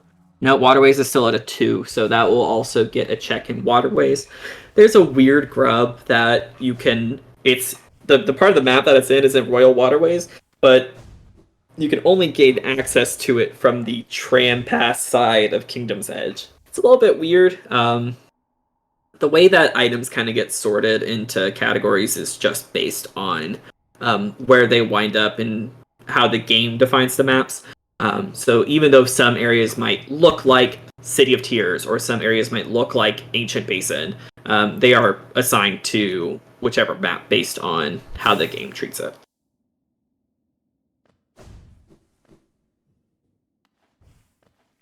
Yeah, it's very funny that important item was at the No Eyes Mask Shard. That is the dark room we were talking about earlier. You can do if you have it memorized. It often within the first 5 minutes. So they could have had that for a long time, but now that they have Lantern, it's actually in logic, and it's clear that the logic didn't expect them to be going on the tram until close to the end of the run. Yep. I'm wondering if we're going to see them go back to purchase Hive Blood to go through Hive. I know I generally try and put off Hive as long as possible, so we might see Very here go and check the exterior Hive checks. Unfortunately, they do also have the actual breakable wall to get into Hive. It looks like they are going... No, not going in. They're going up. Yes, they're going to do... There's a couple of soul totems that they have to check. There's that grub that I mentioned. Some things to do. A couple of dive floors as well. Just enough to... Please don't be Hive, I guess. That's maybe what Barry's thinking here. Oh, are we getting Nosk? Do they have the breakable walls for Nosk? They do. Yeah, so Nosk is like kind of a weird boss in that it imitates you. It's like when you first see Nosk is actually like looks exactly like you, and as you chase it down this winding hallway, it's like running away from you and and you keep going after it until you wind up in its arena. Um, and oh, that's huge. Wait, no, it's not huge because Resting Grounds is a 0. They got the access to the crypts, which is usually a pretty big area, but since they don't have the Well, they got it backwards. They got oh backwards access yes, yes, already. they have the breakable walls. And we're not getting Nosk because the grub before Nosk was the last major item in Deep Nest. All right. A cute flavor thing or story, a bit of lore, I suppose. The Nosk is supposed to take the form of a friend or someone important to you, but the knight doesn't have any friends or anyone important to them because they're a vessel for reasons that are outside of the scope of this tidbit. But when you refight Nosk in the Pantheon, the extra like refight boss area, Nosk takes the form of Hornet instead of the form of the Knight. So that's cute. The Knight made a friend. Yeah, I actually didn't know that lore. That's actually really cool.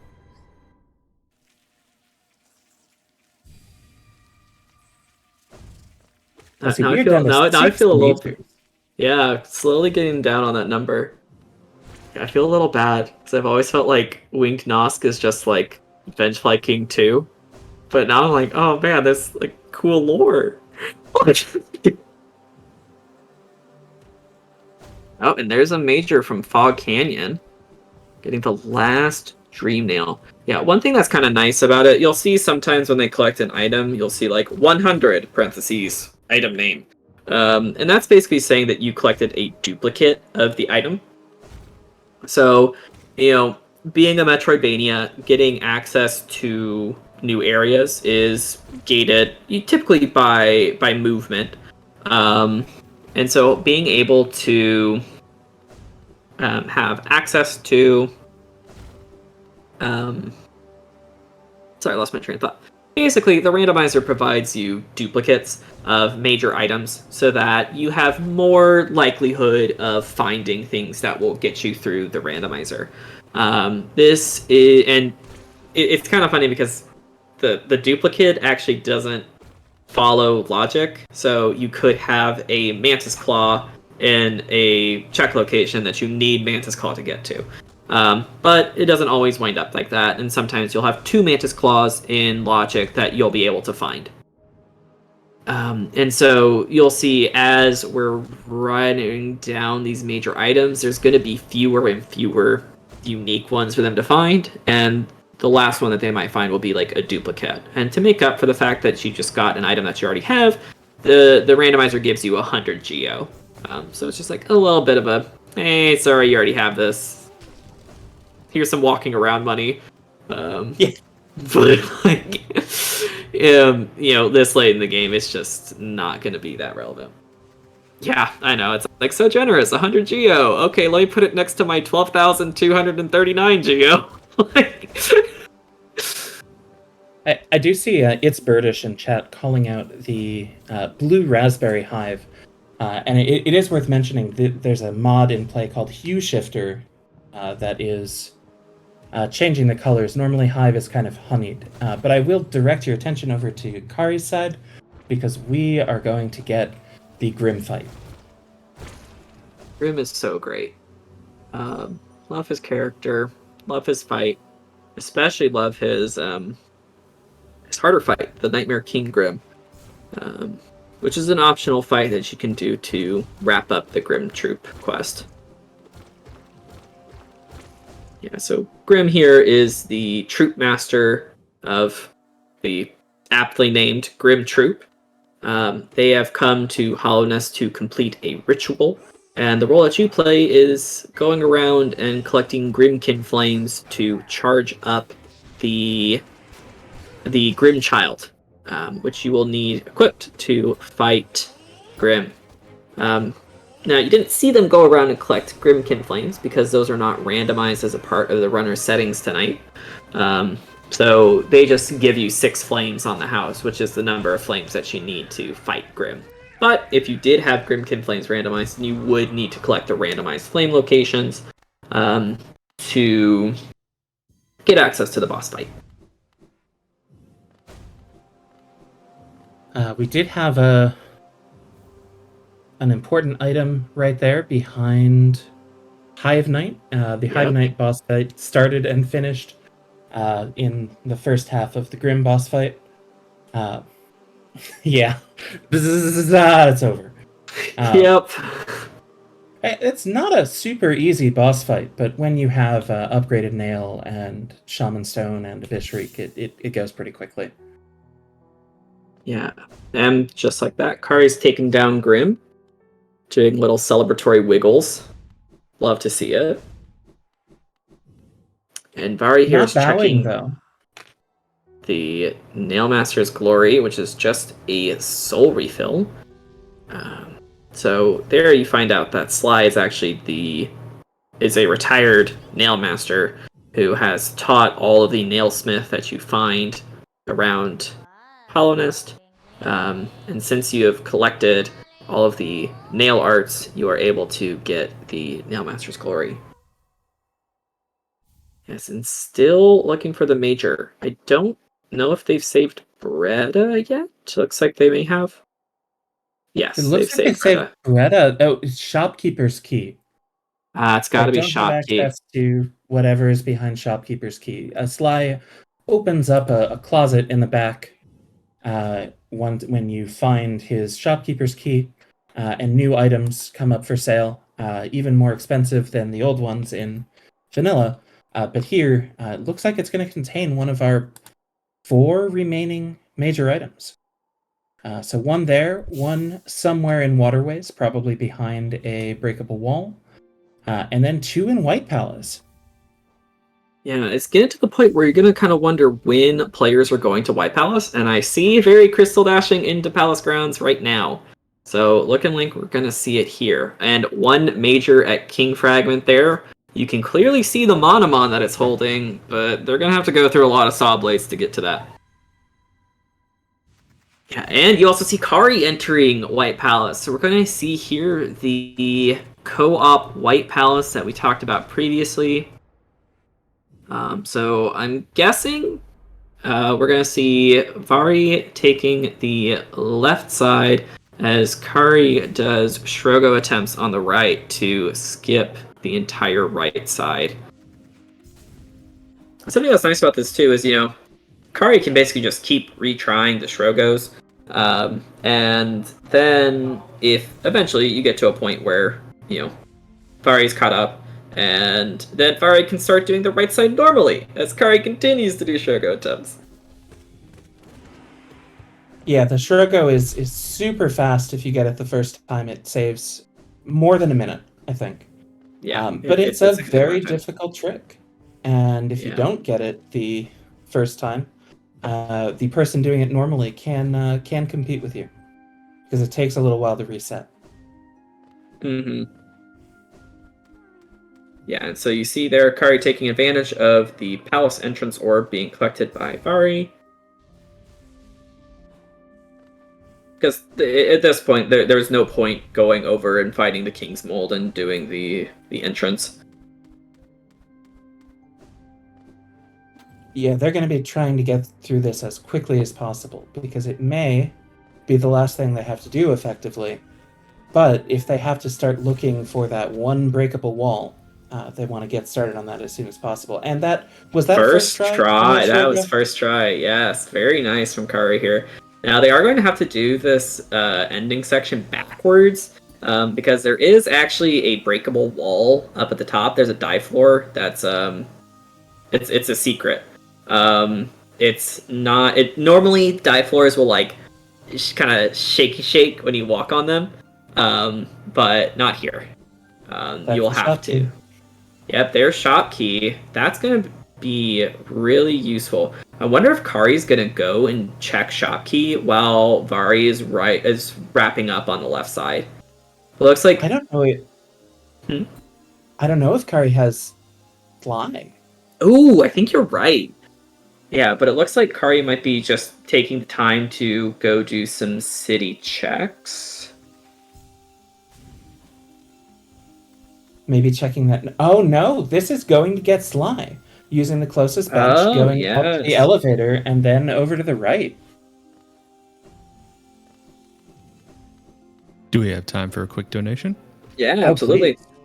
We have $25 from Classic Gamer 76. Time for Learn. White mages are fun. $10 for Fizzle, starting with a white mage in the FFR multi-seed rub tomorrow, and $15 for solo multi-world on that run.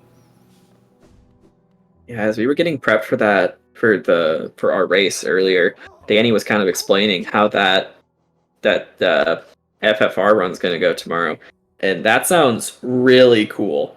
So I don't know a ton about the Final Fantasy randomizer, but I'm definitely going to be checking it out to see how it goes. Yeah, no, if there's anything that we've learned from the randomizers during this marathon is that we all love a little bit of chaos, some more than others.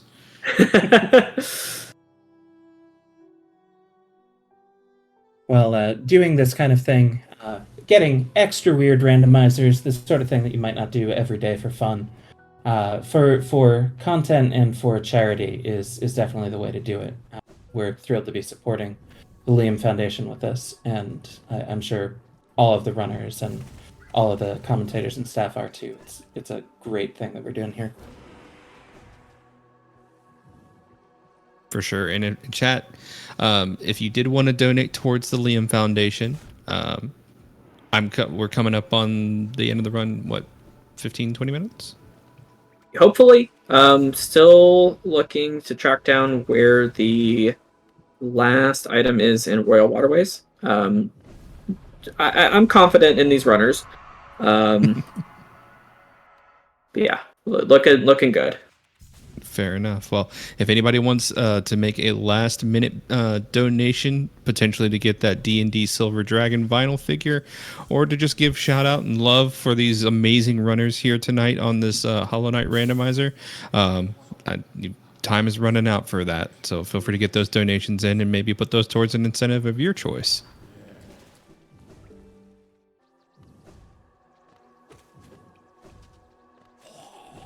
Yeah, let's see. We have Kari finishing off White Palace. There are still a couple of checks there, but it's no longer really useful to have two people. And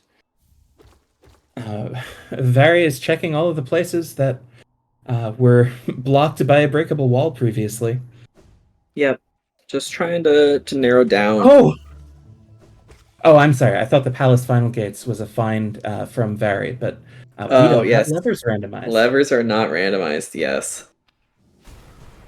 Yeah. So you'll notice Kari is actually making use of some both official and non-official skips in White Palace. There are some things that are intended by the developer for you to use to kind of make your path through White Palace a little bit easier.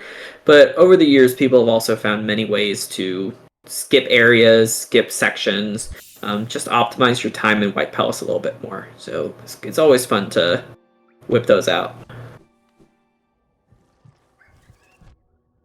Yeah, and we do know the location of the last major item in White Palace. There are going to be a couple of, I guess, one soul totem that will be available to check, a die floor right there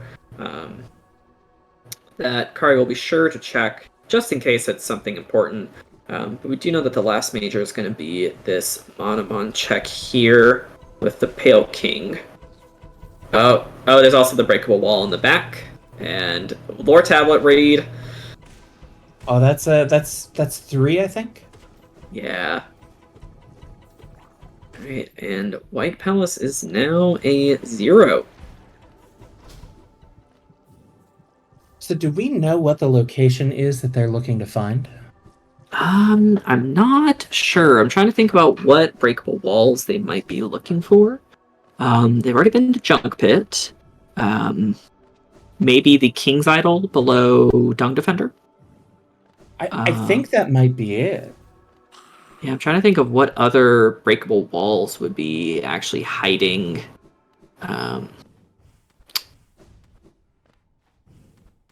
Would be hiding checks.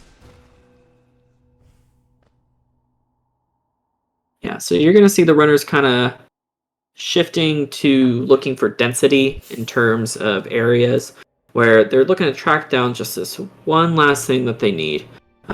So they're going to be looking in different areas for just basically where can I do a lot of checks quickly. Because as we said previously, the way that the randomizer is set up, anything can be in any spot. Yeah, and here Barry's just double checking shops, making sure. Sometimes, it's like starting off, the first time you visit a shop, you'll see a wall, and it's like, oh, that doesn't really look that useful. I'm going to pass on it, especially in the early game where geo can be a little bit tight. So just double checking just to make sure it's not in someplace really easy, like a shop that you could just visit right now.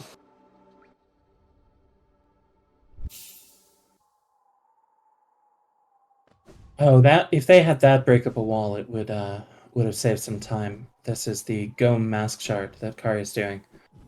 I think what they might be. Oh, go ahead. Oh, I was just saying, I think that's actually one that can soft lock you if you don't have wings and claw. So I think it's actually a coded in where that just gives you the exit. Oh, so I don't think you can find that wall.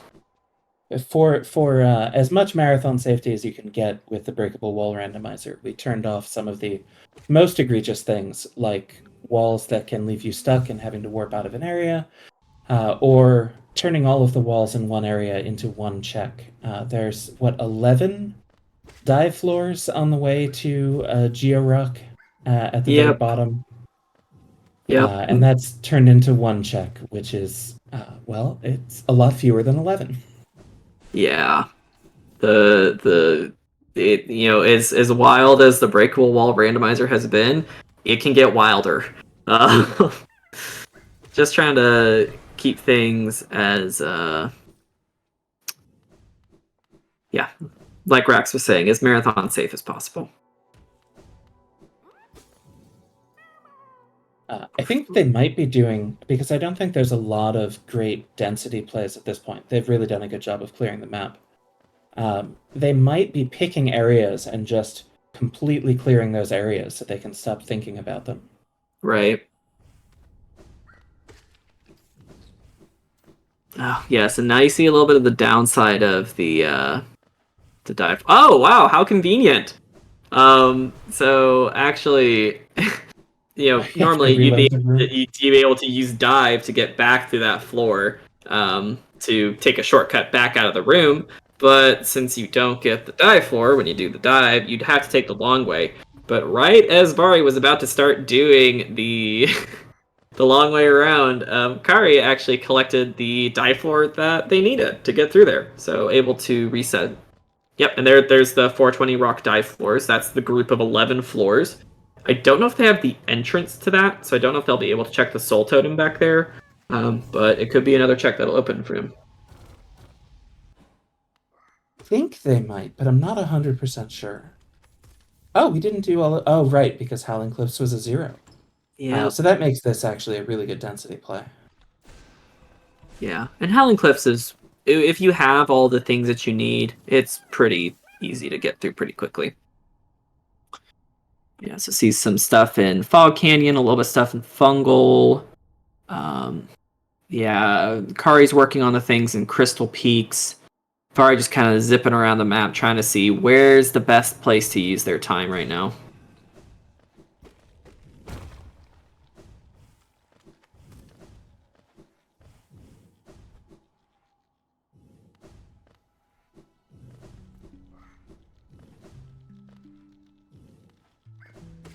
Oh, I think Kari thought that... Yeah, go ahead. I was just going to ask if we had any donations as we watched the wall hunt. None at this time. But I will go ahead and take the opportunity to, again, just thank everybody for from y'all's community for coming in and putting on this awesome showcase. I know it's coming close to an end here. So I just wanted to say this has been an excellent showcase of the randomizer. I'd never seen anything from the Hollow Knight randomizer before this, so this has been quite the viewing experience for me. I'm glad it's been enjoyable. We're happy to share it. There are a lot of people who play this randomizer, so you can check out lots of different content. Some of it more competitive. There are races that the community holds. Some of it more ridiculous, turning on many more randomized things than we have here today. So whatever floats your boat, there's Hollow Knight Randomizer that you can watch or play. Awesome. And again, the community links for the randomizer Discord, those would be... Yeah, so there's an official Hollow Knight Discord, which kind of is the whole Hollow Knight community. There's also a Hollow Knight speedrunning Discord where you'll find more discussion of the randomizer, connections, races, tournaments. And then if you want the mod manager where you can install the randomizer and any number of other mods for the game, you can find at Scarab. So just Google like Hollow Knight Scarab, and it will take you to where you need to be.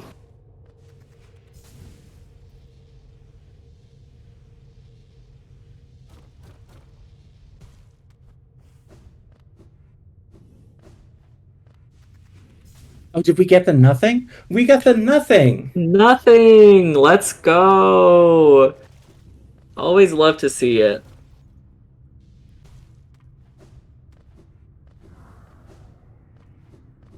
There's I don't know, there's just something about nothing. You know, any soul refill, yeah, whatever. 24 Geo, whatever. Nothing? Now that's what I'm talking about.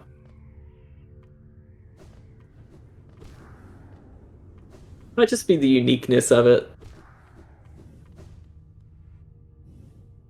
Something you can't get anywhere else. True, there's only the one nothing. Oh, the single green rupee check is very similar. I was going to say, chat's over here popping off about nothing, and I have no clue. Yeah. It's much ado. Yeah, there's a check in the junk pit area that when you open a chest, you receive nothing. There's nothing in the chest, and so they randomized it. It's in the pool. You can get it anywhere. Anything can be nothing. Amazing. Yeah, it's great. Yeah, and actually, kind of like the single green rupee. There's a geo chest that drops 1 geo, because it's really like a drop down into an enemy arena that hides another check. But people have randomized that 1 geo too. So there's lots of options for silly things to randomize. I think one of my favorite named connections is there's an area of the game called the Coliseum of Fools where you have 3 like combat challenges where you fight wave after wave of enemies. The first 2 give you useful items and geo, and the third one you fight for geo and the glory of being a fool. And normally that doesn't get randomized, but someone made a connection for it that randomizes the glory of being a fool. So you can, if you play with that, then the third Coliseum has a different reward, and you can find that glory of being a fool anywhere. Safari here is going to be entering into Teacher's Archives. This is going to be one of the denser areas to get to right now. There's a scrub check outside, and then a couple of checks inside, I think. Maybe only one, though. Just the Dreamer check. If you had lore tablets on, there'd be more, but might just be the 2 here. Yeah, it looks like just the the dreamer check here. Looks like Vari's deciding, because the problem with this check is you have to do a boss fight. The boss fight's not too bad with the setup that they have, but they could wind up in a position where, it just takes a little bit longer, and I think they're calculating whether it's worth their time somewhere else.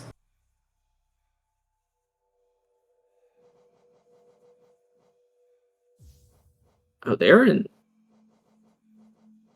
Both runners going to Black Egg. Yeah, I think in an effort to show off the end of the game, which is really fun, but make sure that we get to see the rest of all of the other awesome runs that we have for those of us staying up late. We're going to go ahead and let that one item behind a wall stay in its hidden home. We'll admit that one item won, but we are going to get to see the fights against the Hollow Knight and the Radiants, which are one of the coolest things about this game. Yeah, so Hollow Knight has 3 different endings. Well, 4 technically, but 3 that you can do with the Hollow Knight fight here. And we're going to be seeing the runners do the true ending, where you fight the Hollow Knight, who is the first final boss, and then you're going to fight the Radiants, who is the true final boss. So normally, what you'll need to fight the Hollow Knight are 3 Dreamers. I've already taken a final nail upgrade in there during the Hollow Knight fight. But you'll need the 3 Dreamers to fight the Hollow Knight, and then you'll need a Void Heart to fight the Radiants.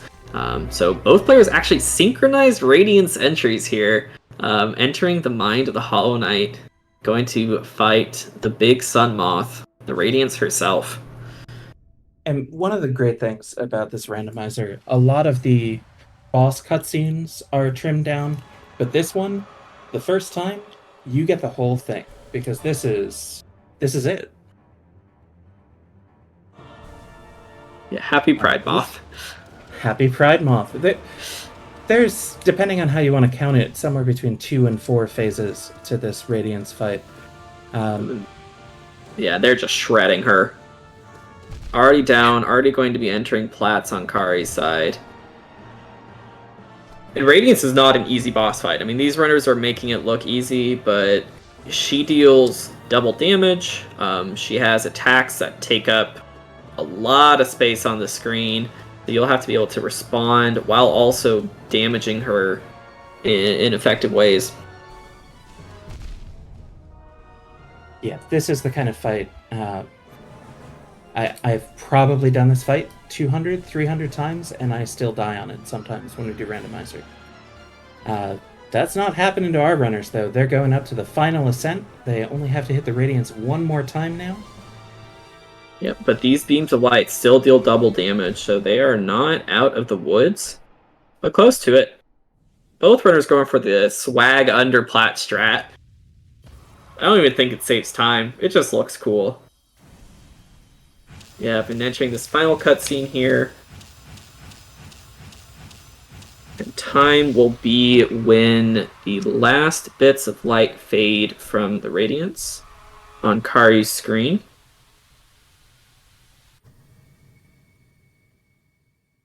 Coming up on time. Now. GG's to our runners. GG's. Hi. Hi, everyone. How's it going? That's Great. GG. So how did you find the seed?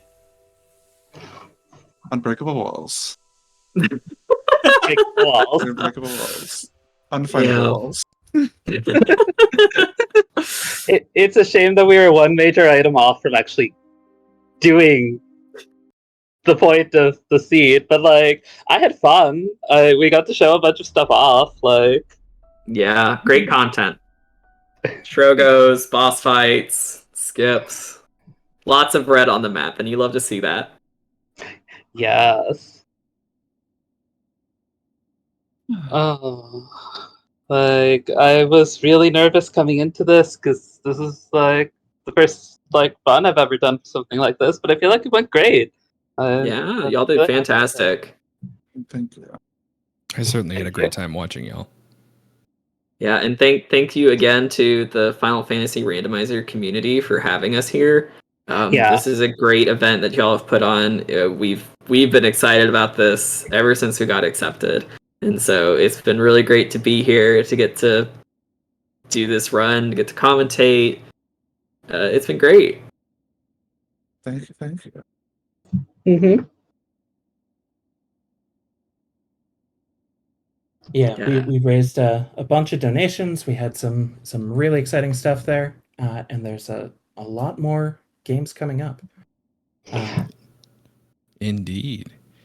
So, any final thoughts from our runners? I know y'all didn't have much time here on the microphone, but any shout outs, anything you want to get out before we go ahead and turn this over? The greater Hollow Knight speedrunning and randomizer community is great. There's a bunch of resources for learning how to do seeds that are this goofy, or learning how to do joke or real speedruns, both of which are fun.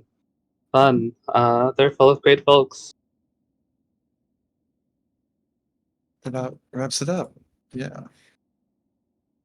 Alrighty. Well, thanks again to our wonderful runners here. Chat, give it up for the Hollow Knight randomizer team of Kari and Vari. And thank you, Brooke and Rax, for keeping me company on the microphone and giving a great play-by-play for folks who might not have been familiar with this randomizer. Great. Thanks so much, y'all. Thank you. Yeah, thanks so much Have for a great having us. night.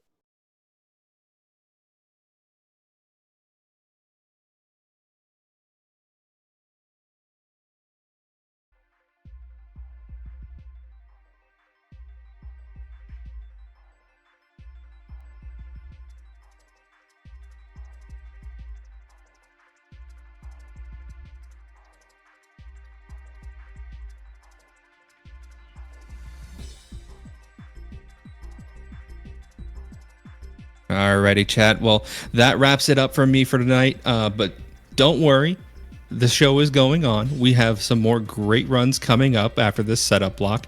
We're going to get a few things squared away here, get the new host in here. And up next, we have... Let me just pull up the schedule. We have Dragon Warrior Randomizer coming up, followed shortly thereafter by the Castlevania Symphony of the Night Randomizer, and then a setup block, and then the Super Mario RPG wrapping up the Saturday overnight block. So stay tuned. Thanks everybody so much. I will be back tomorrow, and chat, keep being awesome. I'll see y'all next time.